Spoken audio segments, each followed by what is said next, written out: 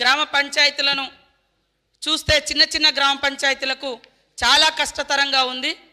సర్పంచులు నెలల తరబడి పనులు చేసినప్పటికీ బిల్లులు రాక వైకుంఠ ధామాల కోసం కావచ్చు, ప్రకృతి వనాల కోసం కావచ్చు, ఇవన్నీ కూడా ఇబ్బంది పడతా ఉన్నారు. కాబట్టి ఎట్లా ఇస్తున్నారు ఈ బిల్స్, ఏ రకంగా ఇస్తున్నారు?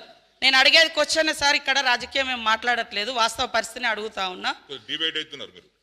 డివైడ్ ఎందుకు అడుగుతున్నాం సార్? గ్రామ పంచాయతీలకు సంబంధించినటువంటి క్వశ్చన్, గ్రామ పంచాయతీలకు సంబంధించిన క్వశ్చన్ ఎందుకు సార్ ఇంత ఉలిక్కిపాటు? గ్రామ పంచాయతీల ముచ్చటే మాట్లాడుతున్నా, ఇది గ్రామ పంచాయతీలకు సంబంధించిన క్వశ్చన్.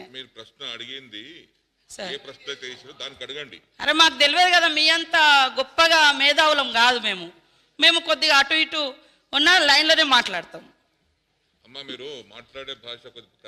సార్ మేము మాట్లాడతాం, మీకు ఎప్పుడు అట్లనే ఉంటది.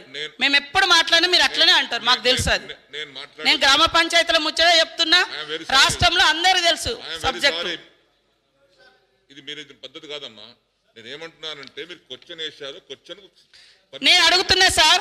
ఇప్పటి వరకు అసెంబ్లీలో క్వశ్చన్ దాంట్లో రాసినే ఇచ్చిర్రా, మిగతా వాళ్ళు మాట్లాడిన ఏం లేవా? అదేనండి, క్వశ్చన్ కి పరిమితం కండి మీరు. నేను క్వశ్చన్ కే పరిమితం అవుతున్నా సార్. అవును, కట్ చేసుకుంటూనే పోండి. ఇంకా ప్రజా గొంతుకలను కట్ చేయడమే మీ లక్ష్యం కదా. ప్రజల సమస్య ఆహా ఓహో అంటే బాగుంటుంది. భూముల ధరలు ఉండే ప్రాంతాలలో ట్రాన్సాక్షన్స్ కావు అధ్యక్ష. అసలు క్వశ్చన్ అడిగింది గిరిజన సభ్యులే. ఏజెన్సీ ఏరియాలో భూముల అమ్మకాలు జరగవు, కొనుగోలు కూడా జరగవు, రూపాయి కూడా రాదు ఆ గ్రామ పంచాయతీకి. వాళ్ళంతా బీరిపోయి బిత్తరపోయి ఉండరు అధ్యక్ష. ఈ ఇంబ్యాలెన్స్ పోవాలంటే, అన్ని గ్రామ పంచాయతీలకు సమన్యాయం జరగాలంటే ఏం జరగాలి అని మేము తలకాయలన్నీ బద్దలు కొట్టుకున్నాం అధ్యక్ష. ఆషామాషిగా తమాషకు చేసింది కాదు.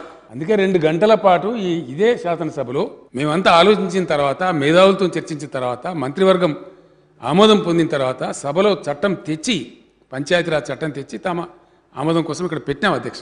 ఆ సందర్భంలో చాలా విపులీకరించి విశదీకరించి అన్ని విషయాలు కుండబద్దలు కొట్టి చెప్పినాం. 2 గంటలు చెప్పిన అధ్యక్ష నేనే. దాన్ని మేమేమో క్వశ్చన్ అడిగే అధికారం ఉంది కాబట్టి తిమ్మిని బమ్మి చేస్తాం అంటే అది కుదరదు అధ్యక్ష. అట్లా వారికి చాలా అవగాహన ఉండొచ్చు, మాకు కూడా దేవుని దేవాలో కొద్ది గొప్ప మేము కూడా చదువుకున్నాం, మాకు కూడా కొంత అవగాహన ఉంది కదా అధ్యక్ష. అవగాహన లేకనే ఈ రాష్ట్రం నడుపుతున్నామా? నిధుల దారి మళ్లింపు అనేది పూర్తి సత్యదూరమైన విషయం అధ్యక్ష, పూర్తి స్థాయిలో. రెండవది, కేంద్రం దయాదాక్షిణ్యం ఇచ్చేది ఏమి లేదు అధ్యక్ష. హాయ్ ఫ్రెండ్స్, మా టుడే టుమారో యూట్యూబ్ ఛానల్ చూస్తున్నందుకు చాలా థ్యాంక్స్. మరిన్ని లేటెస్ట్ వీడియోస్ కోసం వెంటనే సబ్స్క్రైబ్ చేయండి. అలాగే ఈ బెల్ ని కూడా రింగ్ చేసేయండి. మా నోటిఫికేషన్స్ అన్ని మీ మొబైల్లో వస్తాయి. అలాగే మా వీడియోస్ మీకు నచ్చితే లైక్ చేయండి, షేర్ చేయండి, నచ్చకపోతే కామెంట్ చేయండి.